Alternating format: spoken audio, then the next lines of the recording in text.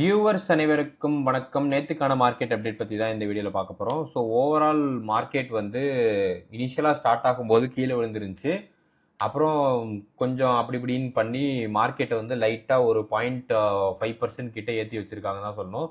அந்த 0.5% ஏன் ஏறிச்சு அப்படிங்கிறத நம்ம டீட்டெயிலாக மார்க்கெட் பார்க்கலாம். நான் எப்படி பார்த்தா இன்னைக்கு மார்க்கெட் கீழே விழுந்திருக்கணும், பட் சம்வேர் வந்து ஒரு குட் நியூஸ் நடந்துச்சு. அண்ட் குறிப்பாக பேங்கிங் செக்டரில் அந்த நியூஸ் காரணமாக மார்க்கெட் வந்து ஒரு 0.5% கிட்ட இன்க்ரீஸ் ஆயிருக்கு. ஸோ வீடியோக்குள்ளே போகிறதுக்கு முன்னாடி இது வரைக்கும் நம்ம சேனலை சப்ஸ்கிரைப் பண்ணாமல் நீங்கள் வீடியோ பார்க்குறீங்கன்னா மறக்காமல் சப்ஸ்கிரைப் பண்ணிடுங்க. கண்டினியூஸாக வீடியோ மேக் பண்ணி போடுறதுக்கு நமக்கு மோட்டிவேஷனாக இருக்கும். குறிப்பாக ஒரு லைக் பட்டன் ப்ரெஸ் பண்ணிடுங்க. கமெண்ட்டும் ஏதாவது பாசிட்டிவான கமெண்ட்ஸ் இருந்தாலும் சரி நமக்கு கமெண்ட் பண்ணிங்கன்னா கொஞ்சம் பெட்டராக இருக்கும். ஸோ மார்க்கெட் நியூஸ் பொறுத்த வரைக்கும் மார்க்கெட் இன்னைக்கு வந்து கொஞ்சம் குஷியான நாள் தான் சொல்லணும். ஏன்னா யூஎஸ் ஈரான்குள்ள அந்த பீஸ் ஸ்டாக் வந்து கொஞ்சம் போயிட்டு இருக்குங்கிற மாதிரியான நியூஸும், இஸ்ரேல் ஈரானுமே இன்னைக்கு வந்து எந்த ஒரு சண்டைகளும் போடவில்லை. ஸோ ஆல்மோஸ்ட் வந்து இது கொஞ்சம் செட்டில் டவுன் ஆகுதுங்கிற ஒரு நல்ல நியூஸ் வந்துச்சு. பிப்ரவரியில் ஆரம்பித்த சண்டை யூஎஸ் ஈரான் அப்படின்னு ஆரம்பிச்சு இப்போ யூஎஸ் ஈரான் இஸ்ரேல், அதுக்கப்புறம் வெஸ்ட் ஈஸ்ட் ஏஷியா. ஸோ சண்டை முடிஞ்ச பாடு இல்லை. க்ரூட் ஆயிலோட ப்ரெஷரை கண்ணாப்பின்னான்னு ஃப்ளக்சுவேட் பண்ணிகிட்டே இருக்குது இந்த பர்டிகுலர் திங்ஸ். க்ரூட் ஆயிலை பேஸ் பண்ணி மார்க்கெட்டும் ஹைலி வாலட்டைலாக பிஹேவ் பண்ணிட்டு இருக்கு, எஸ்பெஷலி இந்தியன் மார்க்கெட். ஸோ இன்னைக்கு முக்கியமான நியூஸாக பார்க்கப்படுறது வந்து எஸ்பிஐ ஜென்ரல் இன்சூரன்ஸை வந்து லிஸ்ட் பண்ணுறதுக்கான முடிவில் இறங்கி விட்டார்கள் என்ற ஒரு பாசிட்டிவான நியூஸ் வந்துச்சு. ஸோ நிறைய பேர் வந்து பிஎஸ்யூ ஸ்டாக் பக்கம் போக ஆரம்பிச்சிட்டாங்க. குறிப்பாக எஸ்பிஐ பேங்க் வந்து நிறைய பேர் வந்து பை பண்ண ஆரம்பித்த ரீசன்னால இன்னைக்கு மார்க்கெட் வந்து நெகட்டிவ் போகாமல் தப்பித்து 0.5% கிட்ட பாசிட்டிவாக போச்சு. இதுதான் இன்னைக்கு மார்க்கெட் பாசிட்டிவான ரீசனுக்கு முன்னாடி உள்ளது. ஸோ மார்க்கெட் பொறுத்த வரைக்கும் நேற்று க்ளோஸ் ஆன நிஃப்டி இண்டெக்ஸ் நான் உங்களுக்காண்டி கொடுத்துருக்கேன் 23,123.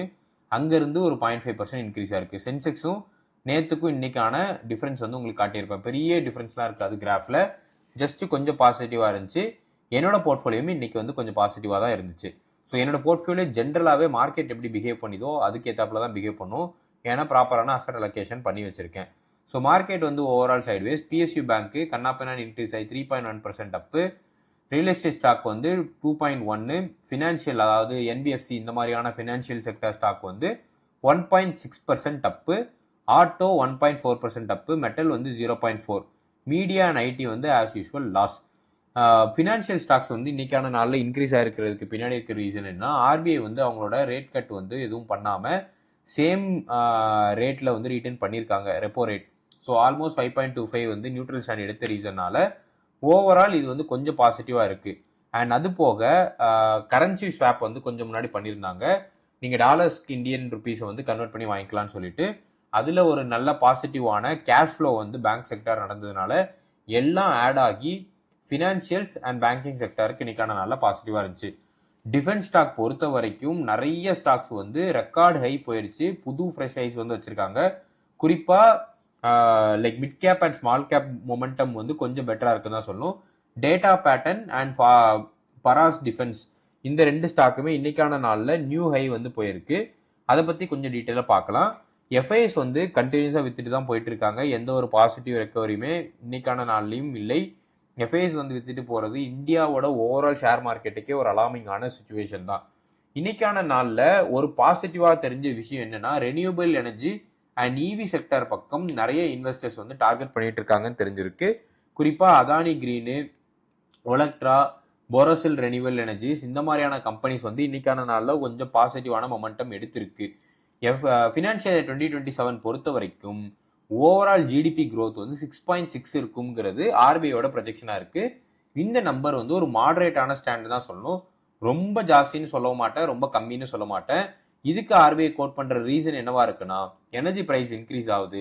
நிறைய மேனுஃபேக்சரிங் பாயிண்ட் ஆஃப் வியூவில் இன்புட் காஸ்ட் வந்து ரொம்ப இன்க்ரீஸ் ஆகிறதுனால இதை ஃப்ளாக் பண்ணி 6.6% வந்து ஜிடிபி க்ரோத் வந்து கொடுத்துருக்காங்க. பட் இந்தியாவோட பொட்டன்ஷியலுக்கு இன்னும் ஜாஸ்தியாக க்ரோ ஆகலாம்ங்கிறது என்னுடைய அபிப்பிராயம். So top gainers of today பொறுத்த வரைக்கும் இண்டிகோ வந்து ஆஸ் யூஸ்வல் சொல்லியிருந்தேன். இன்னைக்கு வார் எதுவும் நடக்காத சூழ்நிலையினால் இண்டிகோ வந்து 4% பாசிட்டிவ். யாருக்காவது ஸ்விங் ட்ரேட் பண்ணணும்னு ஆசையாக இருந்தால் நீங்கள் இண்டிகோ பக்கம் போகலாம் தாராளமாக.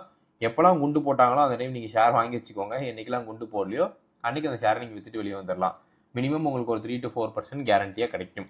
இண்டஸ் பேங்க் பொறுத்த வரைக்கும் ஒரு 3.35% கிட்ட இன்னைக்கான நாளில் இன்க்ரீஸ் ஆயிருக்கு.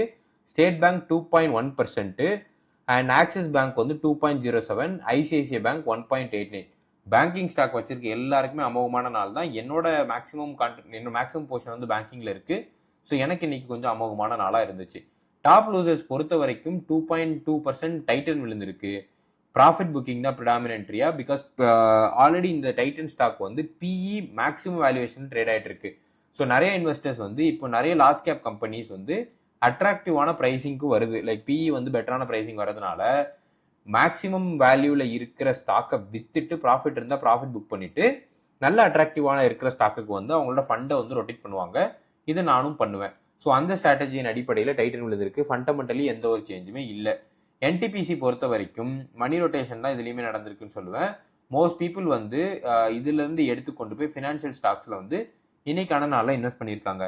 பவர் கிரிட்டு, ஸோ டிஃபென்சிவ் யூட்டிலிட்டிஸில் டிஃபென்சிவாக ப்ளே பண்ணுற ஸ்டாக்குக்கு அவங்களோட ஷேர்ஸை மூவ் பண்ணுறாங்க.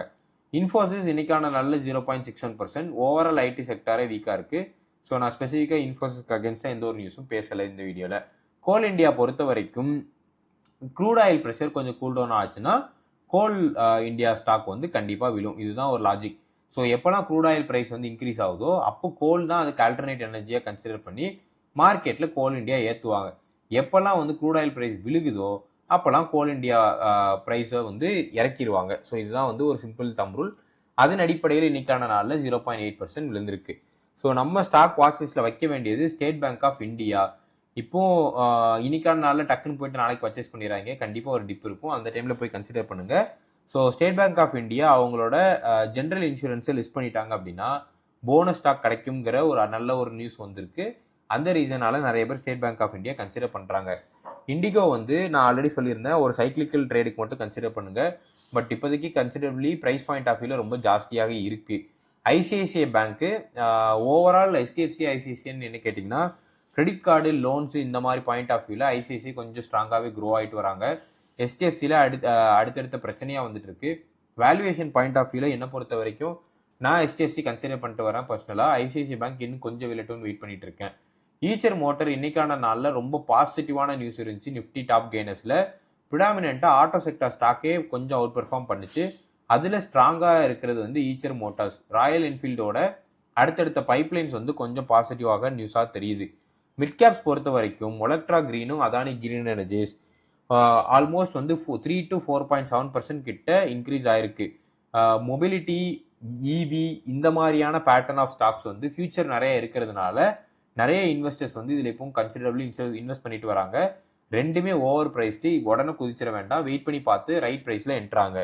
ஸ்மால் கேப் பொறுத்த வரைக்கும் data pattern and Paras defence already சொல்லியிருந்தேன்.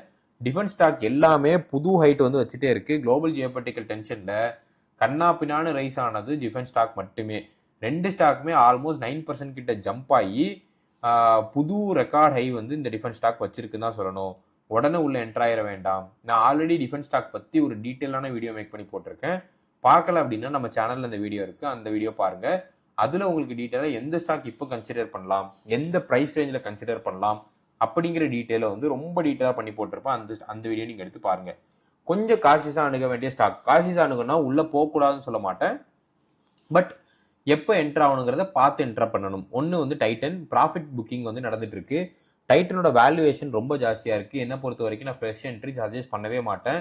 ஏன்னா நிறைய லார்ஜ் கேப் ஃபண்ட்ஸ் வந்து அட்ராக்டிவான நம்பர்ஸ் வந்துச்சுன்னா ப்ராஃபிட் புக் பண்ணிவிட்டு ஆல்ரெடி டைட்டனில் ப்ராஃபிட் வச்சுருக்கவங்க புக் பண்ணிவிட்டு வெளியே வேற ஒரு இன்வெஸ்ட்மெண்ட்டுக்கு ரொட்டேட் பண்ண ஆரம்பிச்சிருவாங்க. என்டிபிசி ஒரு நல்ல டிஃபென்சிவான ஸ்டாக் தான். 1.8% கிட்ட ஓவரால் விழுந்திருக்கு. பிகாஸ் பீப்புள் எல்லாருமே கொஞ்சம் இந்த மாதிரி சென்சிட்டிவான கவர்மெண்ட் சென்சிட்டிவ் இல்லாத ஸ்டாக்குக்கு அவங்களோட இன்வெஸ்ட்மெண்ட் மூவ் பண்ணுறாங்க. ஐடி பொறுத்த வரைக்கும் இன்ஃபோசிஸ், விப்ரோ எக்காரணத்து கொண்டு பல்க் பையிங் போயிடவே வேண்டாம். என்னை பொறுத்த வரைக்கும் உங்கள் போர்ஷனில் ஒரு 10% ஆஃப் யுவர் போர்ட்ஃபோலியோ ஐடியில் வைக்கணும்னு சொல்லுவேன். அந்த அடிப்படையில் வெறும் ஒரு 10% மட்டும் இன்வெஸ்ட் பண்ணிட்டே வாங்க. அட்ராக்டிவான ப்ரைஸ் போயிடுச்சுன்னு சொல்லிட்டு உள்ளே குதிக்க வேண்டாம். விப்ரோ மண்டே மார்க்கெட்டில் வந்து ஒரு 3% கிட்ட விழுந்துருந்துச்சு. அந்த டைம் நான் ஒன்று பண்ணியிருந்தேன். என்கிட்ட வேற ஒரு ஸ்டாக் வந்து ப்ராஃபிட்டில் இருந்துச்சு, ஒரு 30% கிட்ட ப்ராஃபிட்டில் இருந்துச்சு. அந்த ஸ்டாக்கை நான் விற்றுட்டு விப்ரோக்குள்ளே மூவ் பண்ணேன். ஏன்னா எனக்கு அது கொஞ்சம் பாசிட்டிவ், எனக்கு அது ஒரு பெட்டரான ஆப்பர்ச்சுனிட்டியாக தோணுச்சு. இந்த மாதிரி ஸ்ட்ராட்டஜிக்கலான இன்வெஸ்ட்மெண்ட் மட்டும் பண்ணுங்கள். ஃப்ரெஷ்ஷாக நிறைய கேஷ் எடுத்து கொண்டு போய் அதுக்குள்ளே போட வேண்டாம். அண்ட் ப்ராடராக நான் சொல்ல வேண்டிய சில விஷயம் என்ன அப்படின்னா, small cap, micro cap and வந்து மிட் கேப்பு இந்த மாதிரியான ஸ்டாக்ல ஏதாவது கன்சிடர் பண்ணுறீங்க இப்போ இருக்கிற சுச்சுவேஷனில் அப்படின்னா, வீடியோ பார்த்துட்டோ வாட்ஸ்அப்பில் யாரோ சொன்னாங்க அப்படிங்கிற மாதிரி உள்ளே குதிக்காதீங்க. வெயிட் பண்ணி பார்த்துட்டு உங்களுக்கு அந்த ஸ்டாக் பற்றி நல்லா தெரிஞ்சிருந்தா மட்டும் வென்றாங்க. கோல்டு சில்வரு இன்னைக்கான நாளில் கொஞ்சம் பாசிட்டிவாக மூவ் ஆயிருக்கு அப்வர்டில். நமக்கு நல்லது இல்லை. குறிப்பாக சில்வர் வந்து 260 பெர் கிராம் போயிடுச்சு. 240 இருந்துச்சு, 260 போயிடுச்சு. Crude oil tension ease out ஆயிருக்கு. ருபி வந்து 94, 95, 96ங்கிற ரேஞ்சுக்குள்ள ட்ரேட் ஆகிட்டு இருக்கு. இந்த வீடியோ உங்களுக்கு கண்டிப்பாக பிடிச்சிருக்கு நம்புறேன். இந்த வீடியோ உங்களுக்கு பிடிச்சிருந்துச்சுன்னா மறக்காம சப்ஸ்கிரைப் பண்ணிருங்க. நிறைய சப்ஸ்கிரைபர்ஸ் நல்ல மோட்டிவேஷன் கொடுக்கும். வீடியோ லைக் பண்ணுங்க, அதுவும் கொஞ்சம் பெட்டரான இம்பாக்ட் கிரியேட் பண்ணும். உங்க ஃப்ரெண்ட்ஸுக்கும் ஃபேமிலிக்கும் ஷேர் பண்ணுங்க. உங்களுக்கு ஏதாவது ஸ்டாக் பற்றி தெரிஞ்சுக்கலாம் கமெண்ட் பண்ணுங்க.